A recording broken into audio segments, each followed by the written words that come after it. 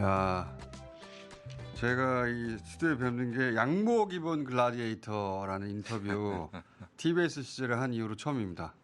반갑습니다. 이제는 담 넘은 양복 입은 글라디에이터. 담 넘은 양복 입은 글라디에이터. 네. 지난 대선 전이었어요. 양복 입은 글라디에이터. 예. 3년 됐습니다. 이재명 대표 지지를 선언했는데 그때 굉장히 특이했던 게 이재명 당시 후보를 만난 적도 없는데 네. 나는 이재명을 지지한다고 선언하셨고 그때 이번 대선에서 양복 입은 글라디에이터가 필요하다. 그렇게 말씀하셨단 말이죠. 네. 양복 입은 글라디에이터 굉장히 인상적인 표현이었는데 그 이후로 어떻게 지내셨어요? 제가 이 질문을 드린 이유가 뭐냐면 네. 작년에 미 대선이 있었지 않습니까? 네. 네. 그때 제가 그 대선 보면서 김현종 차장님은 이럴 때 가만히 있을 리가 없는데 트럼프가 당선되기 전에 트럼프 사람들을 미리 만났을 텐데 했거든요. 그래서 제가 오늘 사실 인터뷰 전에 트럼프 사람들 미리 만나지 않았냐고 그랬더니 이 보내주신 표가 있어요. 자, 그거 한번 띄워보세요. 이게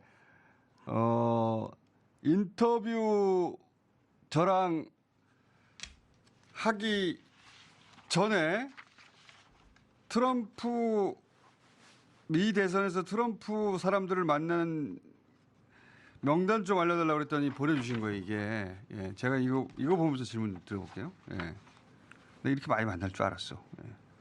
여기 가운데부터 얘기 물어볼게요. 저 정가운데 보면은 아이오와주 상원의원, 몬타나주 상원의원 이런 분들 만났는데 이분들은 왜 만난 겁니까?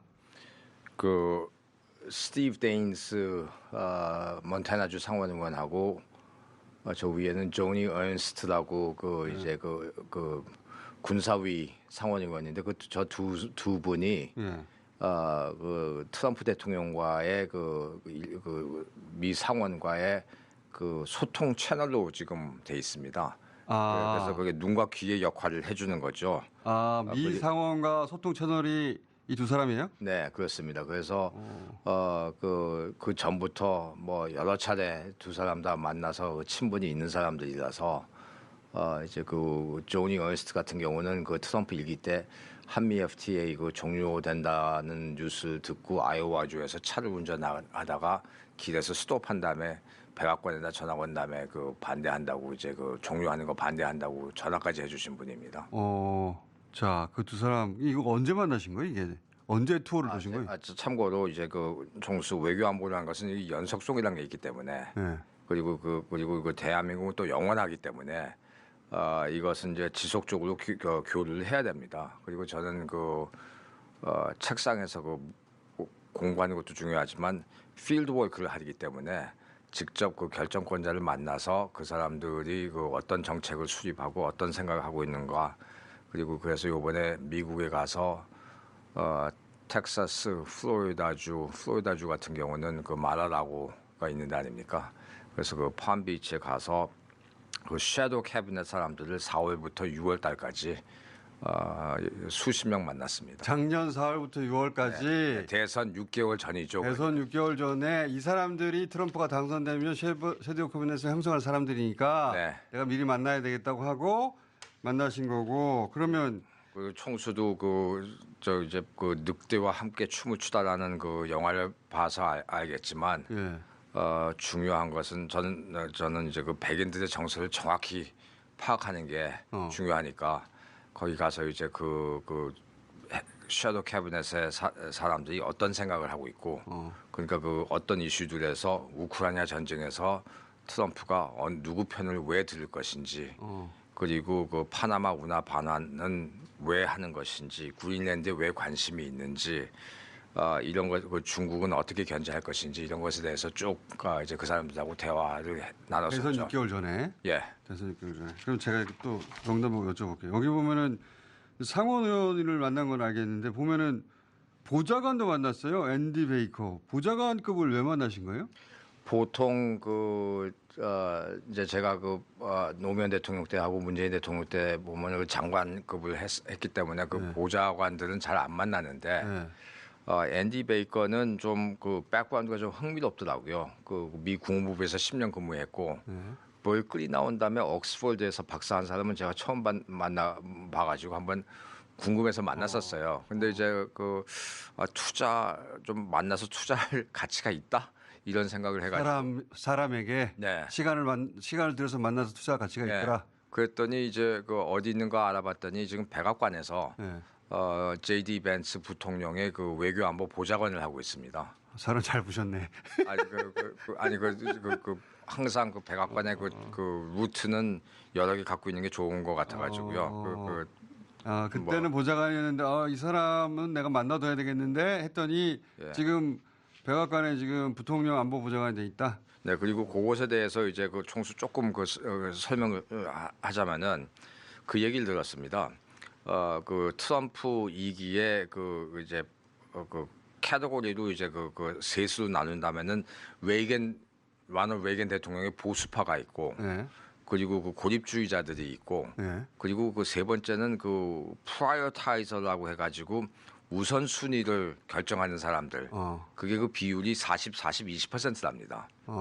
그래서 그 담당 장관이 외견 보수파인지 고립주의자인지 아니면 우선순위를 주장하는 사람인지 거기에 그 사람의 그 생각에 따라서 철학에 따라서 그 정책이 다 또 달라질 수 있다는 거거든요.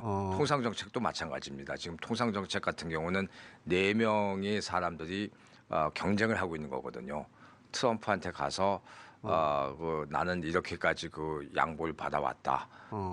이런 그 상대국한테서 이런 그 양보를 받아냈다는 그 일종의 그 충성 경쟁이 통상을 4사람이 좌우지하는데 4사람이 각각 성향이 다르고 그렇죠. 자기 성취를 자랑하는데 트럼프를 굳이 고르는 거네 그러면.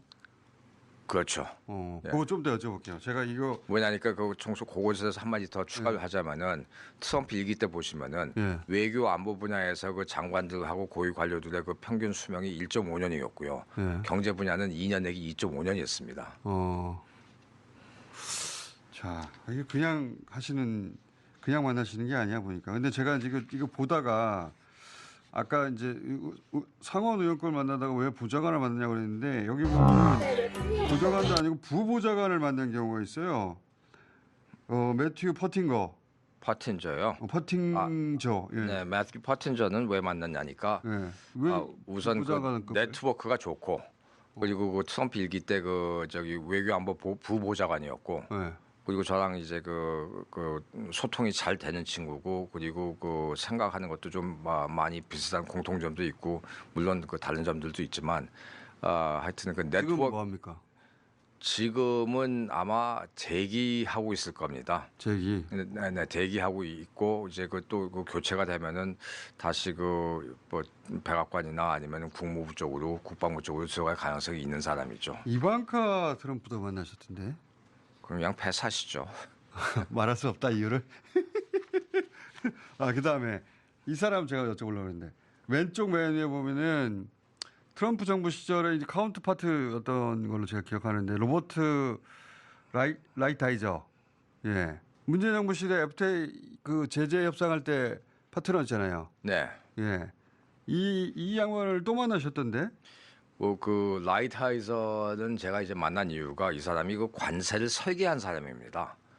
트럼프 관세를? 네. 그래서 그 본인이 이제 저한테 그랬거든요. 인수위가 만들어지면은 워싱턴에서 만나자 그랬길래 제가 아니 됐다고 내가 그 palm비치 플로리다까지 내가 직접 갈 테니까 거기서 만나자.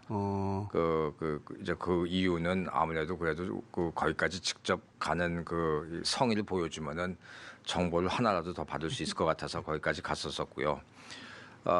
그 라이트하이저의 그 철학은 이제 그 기본 그 일종의 분모는 뭐냐니까 미국 시장에 진입할 수 있는 것은 이건 이권이다. 그러니까 이것에 대해서는 회원비를 내야 된다. 이런 생각을 갖고 미국 시장은 특별한 곳이어서 진입하는 게 특권이니까 니네가 입장료를 내라. 네. 그게 관세다. 네, 그렇죠. 그리고 바로 그겁니다. 관세입니다. 그래서 그리고 이제 그 무역 흑자 있는 국가들은 이것을 관세를 계속 올려가지고 거의 제로가 될 때까지 그 관세를 계속 올려야 된다 이런 생각을 갖고 있더라고요. 그래서 제가 그건 말이 안 된다. 그건 지금 그 자유무역을 지금 한 20년 내지 30년 동안 그 주장을 해오면서 지금 갑자기 유턴을 하는 건데 그러면은 누군가는 무역 흑자를 내게 될 텐데 결국은 예를 들자면 중국이 지금 그 월마트에 제공하는 물품들이 60%가 되고 아이폰은 95%가 되고 테슬라는 40%가 되는데 그럼 누군가는 그 공백을 메꿔야 되는데 그렇게 되면 누군가는 무역 흑자를 내게 될 수밖에 없다 그랬더니 그 약간 그 이제 그 대답하고 싶지 않은 얼굴 표정을 지으면서 그거는 결국은 동맹국들이 네. 무역 흑자 내주는 것은 우리가 수용할 수밖에 없다는 식으로 대답을 했었어요. 그 이 양반하고 제재 협상을 잘 하셨잖아요. 예, 그거 잘 끝났습니다. 한미 그때. FTA. 네. 그때 그 제재 협상 할 때 그 일화가 있었던 것 같은데. 예, 이건 뭐 제가 라이트하이서 대표도 그건 공개하지도 않았고 책에서 그리고 저도 이제 한 번도 언급한 적이 없었는데 굉장히 일사천리로 사인하게 된 배경에 대해서 한번 얘기하신 적이 있는데 제가 사석에서 예, 둘이서 그 관계가 매우 그 텐션이 높았었죠. 텐션이 당연히 매우 그랬겠죠. 뭐 둘 다 좀 성격이 강하고 그래가지고 텐션이 높았었는데 그리고 라이트하이서 역시 자기 그 밑에서 그 스태프 중에서 그 신뢰하는 사람은 2명밖에 없어가지고 그 실무진에서는 그날 마지막 협상할 때 어떤 그 결과가 나올 거라는 것을 아무도 예상을 못했었습니다. 그래서 제가 이제 그 USTR 건물에서 이제 회의 들어가기 전에 화장실에 가서 일을 보고 있었는데 갑자기 누가 들어오는데 라이트하이서가 들어오더라고요. 그래서 맞다 화장실이었던 것 같다. 그 일화를 말씀하셨는데. 그래서 둘이서 이제 같이 시야를 했죠. 그랬더니 이제 그랬는데? 갑자기 상황이 거북해서 그러든지 라이트하이서가 먼저 저한테 그 대화를 시작했어요. 옆칸에서 서로 바로 옆에 서 있었는데 서가지고 예. 저한테 갑자기 트레이드 미니스터 미국 야구 좋아하냐 물어보더라고요. 그래서 내가 좋아한다고 그랬더니 어느 팀을 좋아하느냐. 그래서 원래 워싱턴 세네터스를 좋아했었는데 60년도 후반에 70년도 초에 근데 그게 텍사스 레인저스가 돼가지고 제일 가까운 데가 벌티모어 오일스를 좋아한다. 그렇게 됐더니 나도 그 팀을 좋아한다고 그렇게 대답을 하더라고요. 그럼 대화가 거기서 이제 스톱해야 되는데 그랬더니 이 친구가 갑자기 통상장관 기억나냐고 70년도 초에 20승 이상을 한 투수 3명이 있었다. 그 팀에 벌티모어에. 그래서 제가 뭐라고 하니까 라이트하이서 대사 당신 그 팩트 체크 좀 하고 질문해 대라. 3명이 아니고 4명이다. 그래서 그래서 4명이 누군데 그랬길래 제가 짐 팔머, 왼손잡이 마이크 웨이어, 데이브 맥날리, 팻 dobson이 다 20승을 했다. 그랬더니 거기서 이제 그 대화를 하면서 손을 씻으면서 한미 FTA 제재 협상은 끝났습니다. 남자 화장실에서. 그래서 제가 이제 이 말씀을 드리는 이유는 뭐 이렇게 웃으시긴 하는데 이 협상을 할 때 그 통역사나 통역 영어나 외교관 영어 소통 능력 가지고 요번에 협상하면은 이게 한계가 있을 거고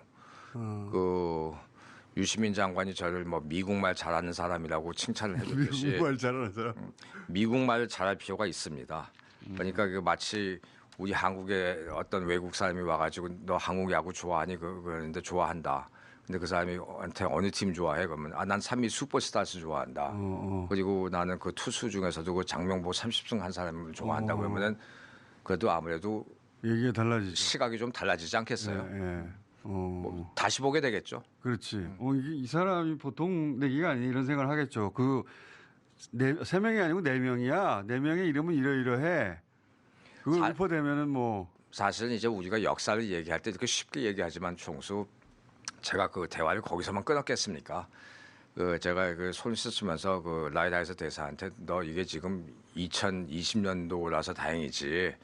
만약에 1950년도였었더라면은 그 맥카티의 그 반미국적 행동하는 그 위원회에 불려 들어가 가지고 아마 간첩으로 조사받았을 거다 이런 거 모른다고 해가지고 뭐 농담 삼아 또 이제 그렇게 해가지고 그들끼리 통하는 그 논리와 정서를 정확하게 이해해야 협상할 수 있다. 네.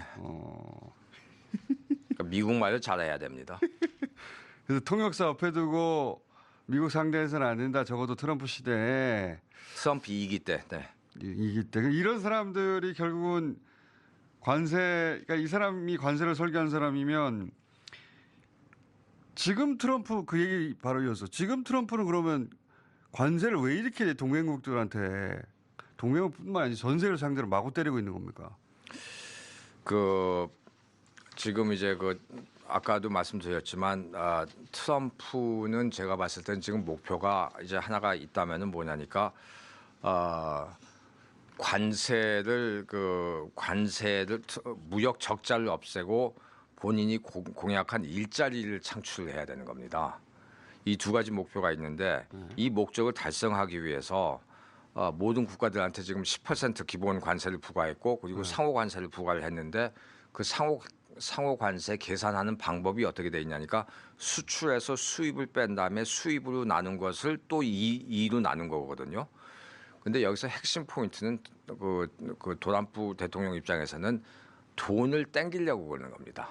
우선 돈을 땡기려는 건데 예를 들어서 지금 미국 부채가 2024년 기준으로 해서 34조 달러였거든요. 네. 거기서 지금 보통 그 금리가 2%대 때 이자를 냈었는데 지금 작년에는 3.3%였어요.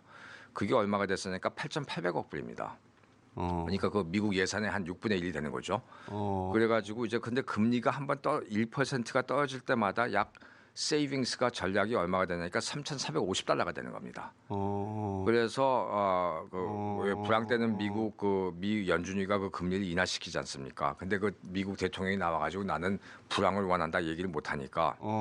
그래서 그 트럼프 입장에서는 계산을 어떻게 했냐니까 관세로 거두는 돈이 약 6천억이고 그리고 금리가 하락했을 경우에 1조 달러 정도를 벌 수 있다는 계산을 한 거죠.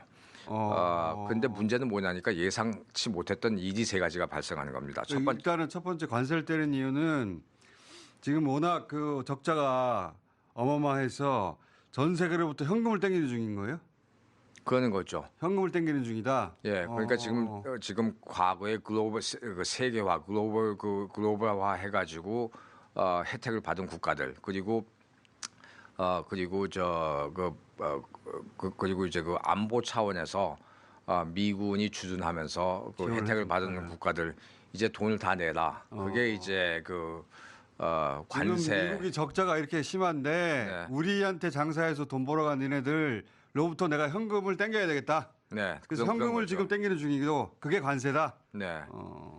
그런데 이제 그 파이낸셜 타임스의 그 말틴 월프 말틴 월프 대기자가 이제 한 얘기가 제조업 비중이 이 GDP 대비 10%밖에 안 되는 미국이 참고로 한국 같은 경우는 GDP 대비 제조업이 24%고 중국은 27%입니다.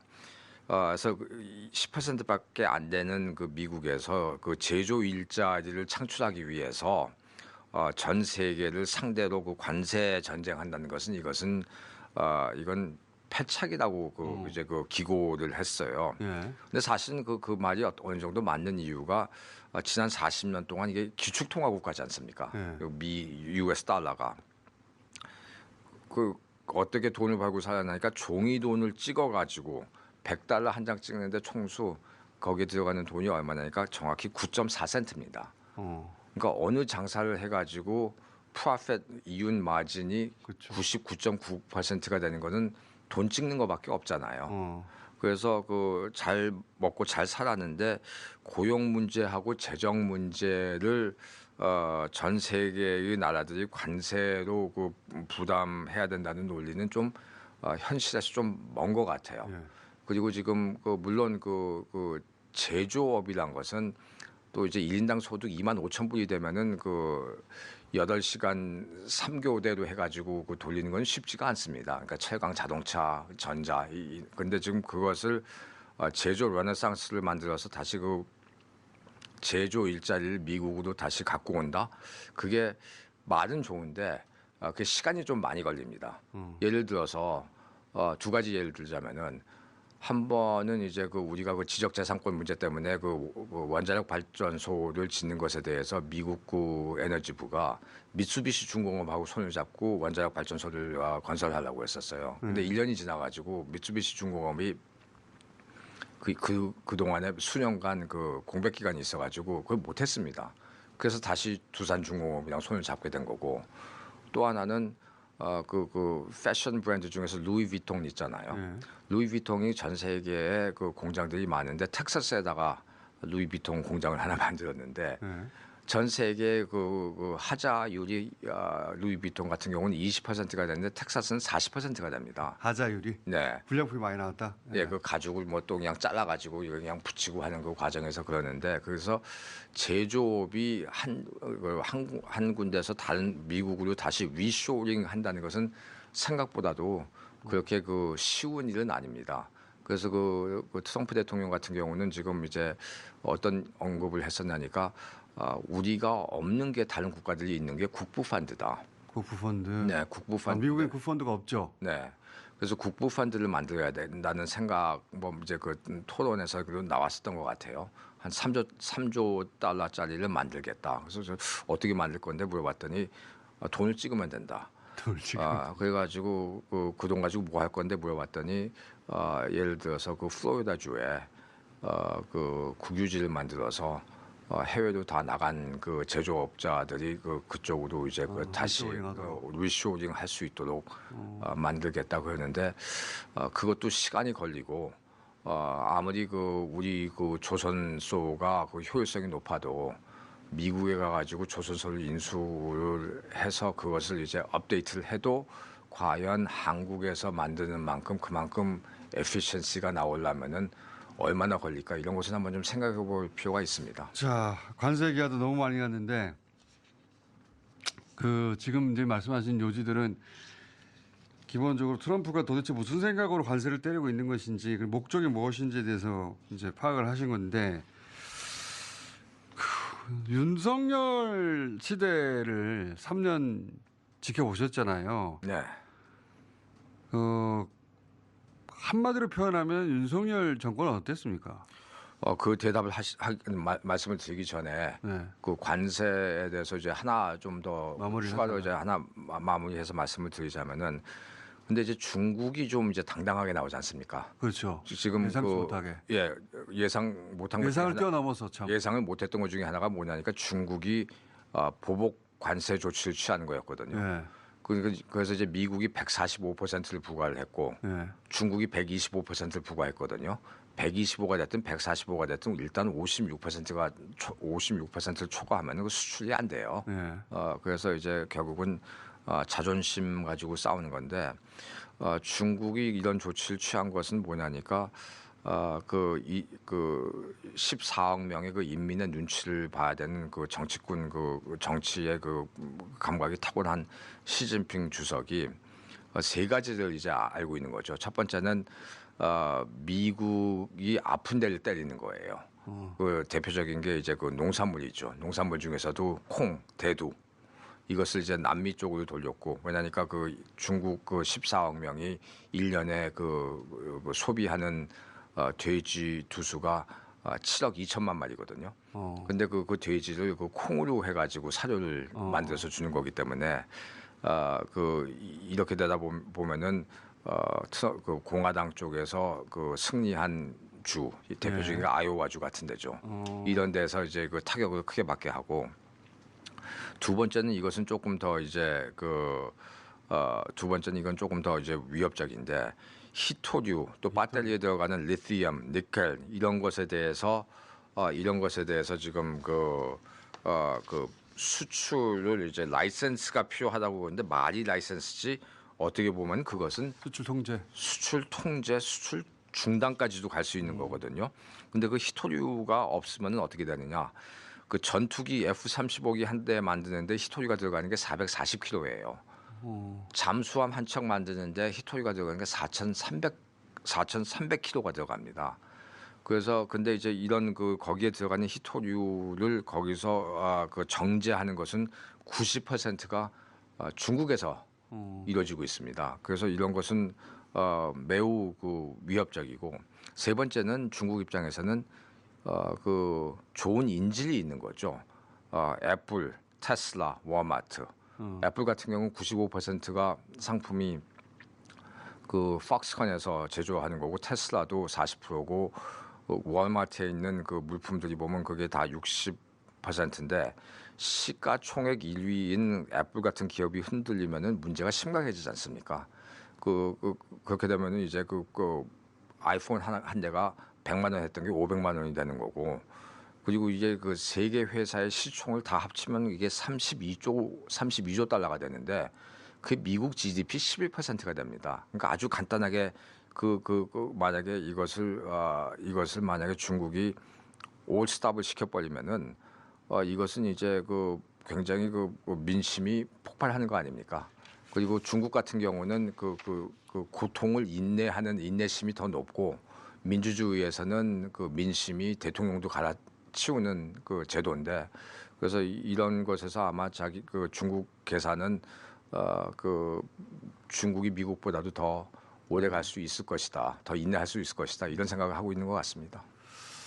그리고 김현조 사장님 오랜만에 모셨더니 하고 싶은 말씀이 얼마나 많으신지 제가 일부러 중간에 안 끊고 있는데 자, 제가 좀 더 짧게 답할 수 있는 질문을 몇 가지 드리자면 이제 그것을 방금 말씀드린 것에 대해서 예.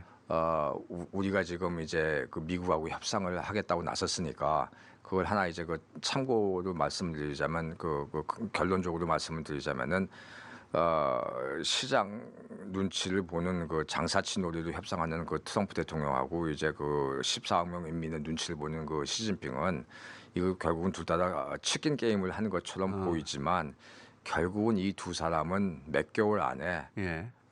그 비밀 협상을 해가지고 어떤 결론을 도달할 것이고 타결을 할 겁니다. 왜냐니까 어떤 지도자든 일자리하고 부동산하고 주식을 건드려가지고 성공한 적이 없잖아요.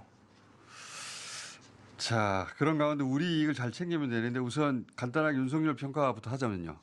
길게 얘기할 건 아니고 예. 한마디로 하면 윤석열 정권을 어떻게 보셨어요? 지켜보셨을 거 아니에요? 네, 지켜봤는데 네.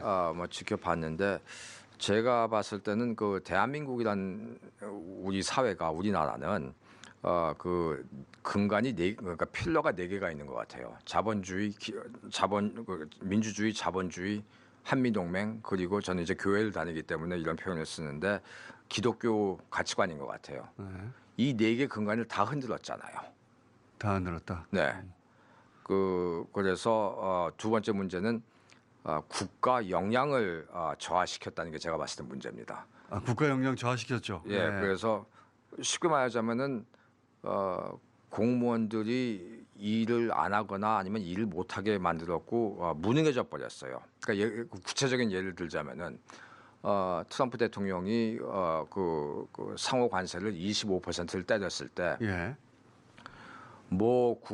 국무위원이 선방했다고 말을 했어요. 산자부 장관이 그랬어요 아마.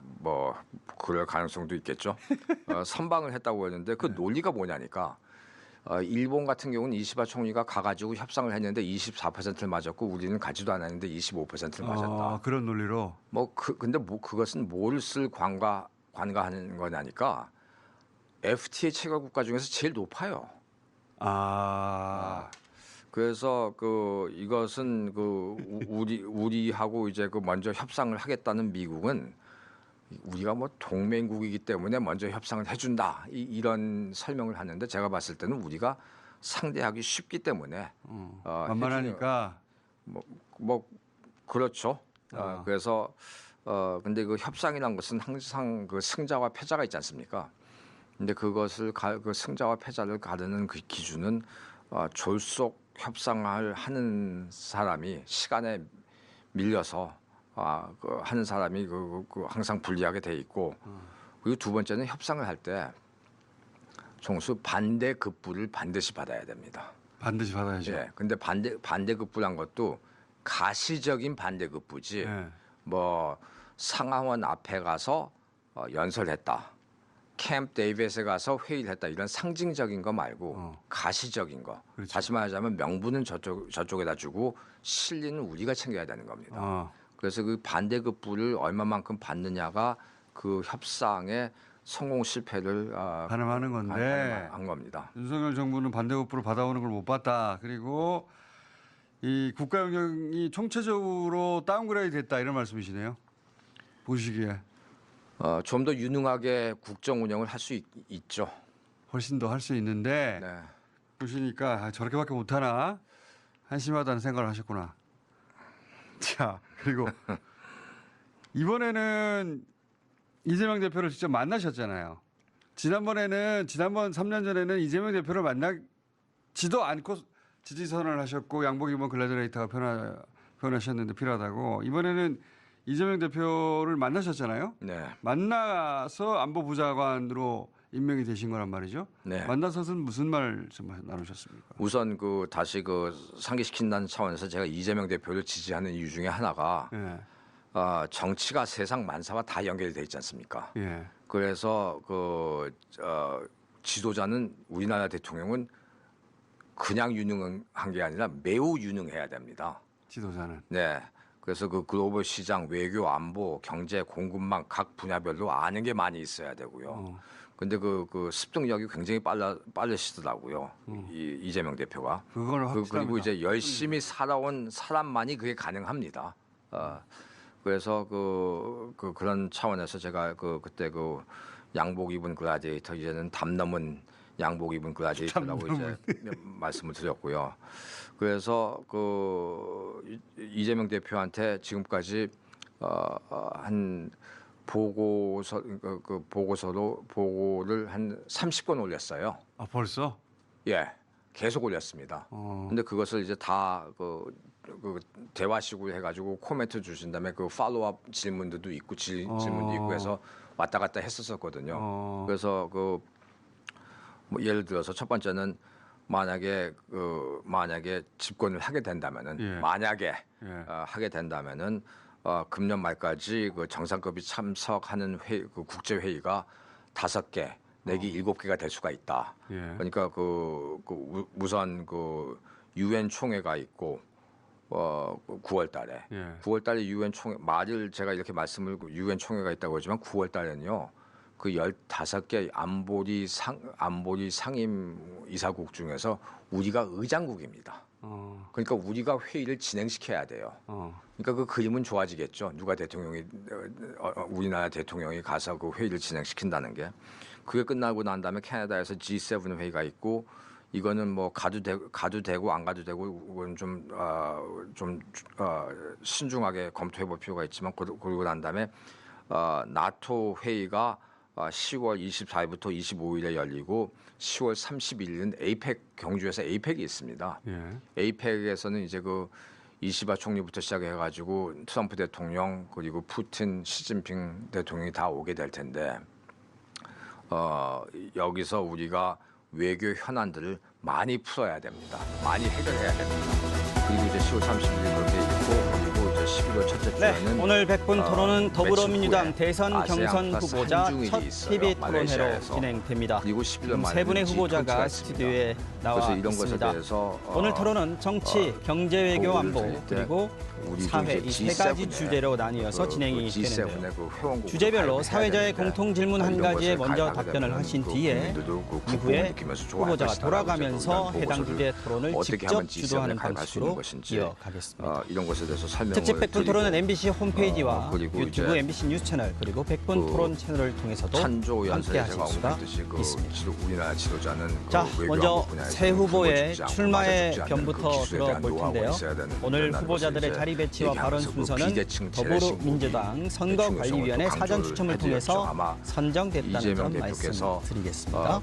출마의변 발언 시간은 각 1분씩 드리겠습니다. 방문하실 거예요. 추첨에 따라서 먼저 김동연 후보부터 시작해 어떻게 주시죠. 보면 그 보물인데 거기서 이제 미사일 우리나라 미사일 지금 대한민국은 정확도가 경제 굉장히 난국입니다. 높거든요. 중소기업, 자영업자들 인물과 많이 하고 한순간저 계시네, 지금. 말라버렸습니다. 그리고 사장님.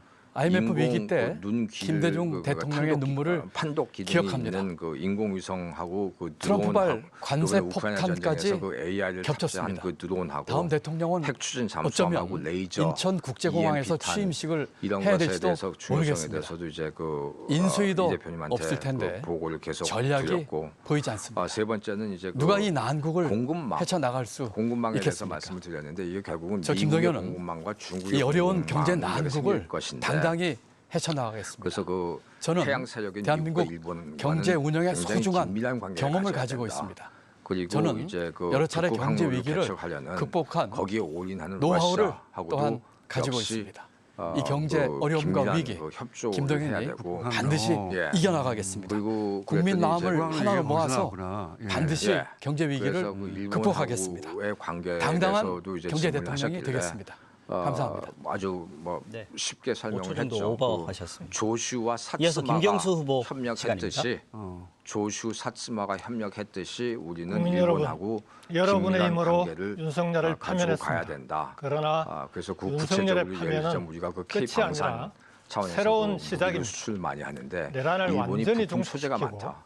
대한민국을 그것을 우리가 그 일본하고 대전환해야 협상해가지고 하는 그런 것을 또 사용할 수 있는 험난한 방법도 길의 있어서 시작입니다. 그 압도적인 일본하고 정권 관계는 교체가 갖고 가야 필요합니다. 되고 러시아 같은 힘으로 경우는 전쟁이 사회 끝나면 이제 대개혁을 EU나 추진해야 합니다. 미국 기업들이 못 새로운 들어가고 푸틴 성장 같은 경우는 방식이 지금 필요합니다. 한국 기업들한테 기대가 수도권에 크거든요. 집중된 그래서 성장 거기에 축을 대한 다양화해야 합니다. 러시아 시장 같은 5대 경우는 권역별 옛날에는 메가시티를 우리한테 통해서 전쟁 전에는 우리한테 새로운 그렇게 성장 좋은 시장은 축을 아니었어요, 만들겠습니다. 솔직히.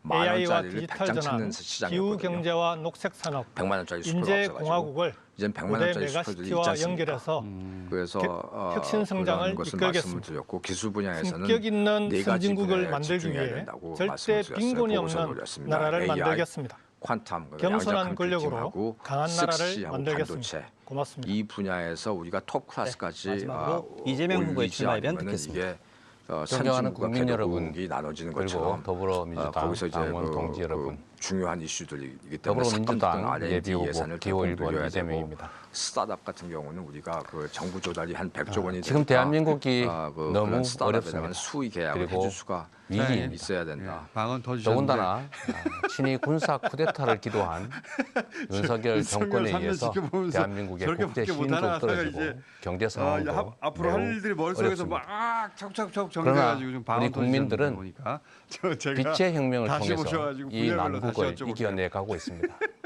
국민 일을- 여러분 덕분에 일을 엄청나게 국회가 많이 하셨네요 이미. 그래서 총수 우리가 그 만약에 정권이 바뀌면은 예. 압축 성장을 해야 될 것 같아요. 압축 성장. 예. 그렇지. 그러니까 앞으로 차기 정부에서는 그 국정 운영에서 중요한 개념이 가속입니다. 가서. 예, 감속을 하면 안 되거든요. 그래서 그 30년 성장할 것을 5년 안에 해야 되고, 5년 안에. 예, 그래서 예를 들자면 뭐 그 기업하기 좋은 국가 차원에서 그 배임죄 관련해서 그 법도 좀 대폭 개정을 할 필요가 있는 것 같고, 상속세도 그 캐나다 제도를 벤치마킹 할 필요가 있는 것 같고, 공무원들이 제대로 실력 발휘할 수 있게 그 정책 감사 같은 것도 좀 없애버렸으면 좋겠어요. 자, 알겠습니다. 자, 일단 제가 모셔서 사실은 근황 토크하고 그리고 뭐 윤석열 정권에 대한 평가라든가 이런 일반론을 얘기할 줄 알았는데 보니까 지금 마음이 바쁘셔. 이건 이렇게 해야 되고 저건 저렇게 해야 되고 계획이 너무 많아. 그래서 제가 그 분야별로 다시 여쭤볼 테니까 예. 예, 오늘은 잘 계시는구나. 그리고 양복 입은 글래디에이터 이게 이재명 대표를 의미하는 거였어요. 3년 전 대선에서 이재명 후보를 만난 적도 없는데 나는 이재명을 지지한다면서 했던 말이 뭐냐면 지금 시대는 양복 입은 글래디에이터가 리더가 돼야 되는데 그런 사람이 이재명이다라고 말씀하셨었는데 이번에 이제 직접 만나서 외교안보 보좌관이 되셨고 그 이후로 벌써 10여 차례나 보고서를 주고받았다고 하니까 하고 싶은 얘기도 막 하고 싶은 일도 많으신 몇 것 같으니까. 차례요? 예? 몇 차례? 10여 차례 하셨다면서요. 30. 30차례?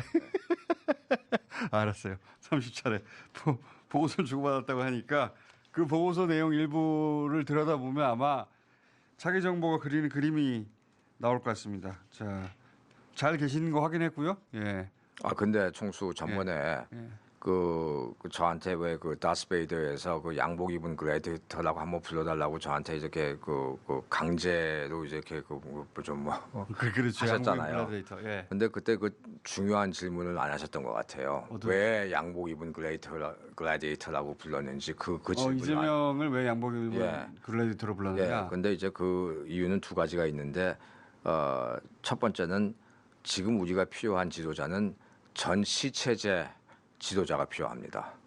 그래서 그 양복 입은 글래디에이터라고 말씀을 드렸고 두 번째는 그 글래디에이터 영화를 보면은 거기 뭐라고 돼 있냐니까 영문으로 이렇게 돼 있는데 What we do in life echoes in eternity. 한국말로 번역을 하자면 이 인생에서 하는 행동이 영원히 메아리친다. 다시 말하자면은 우리가 공약을 하고 뭐 약속을 하고 뭐 언급은 많이 할 수 있는데 그것을 누가 얼마만큼 빨리 잘 이행을 할 수 있느냐 이게 또 매우 중요하거든요. 액션을 들어가야 되잖아요. 결과를 내야 되지 않습니까? 결과가 없으면 그건 아무 소용이 없지 않습니까? 그래서 그런 표현을 그때 썼다는 것을 지금 3년 후에 말씀을 드리는 겁니다. 그런 사람이니까 이재명이. 네. 아따. 이렇게 짧은 시간에 말을 많이 한 분 중 오랜만에 모셨습니다. 자, 또 모시겠습니다. 이재명의 외교안보 보좌관 김현종 전 차장이었습니다. 감사합니다. 네, 감사합니다.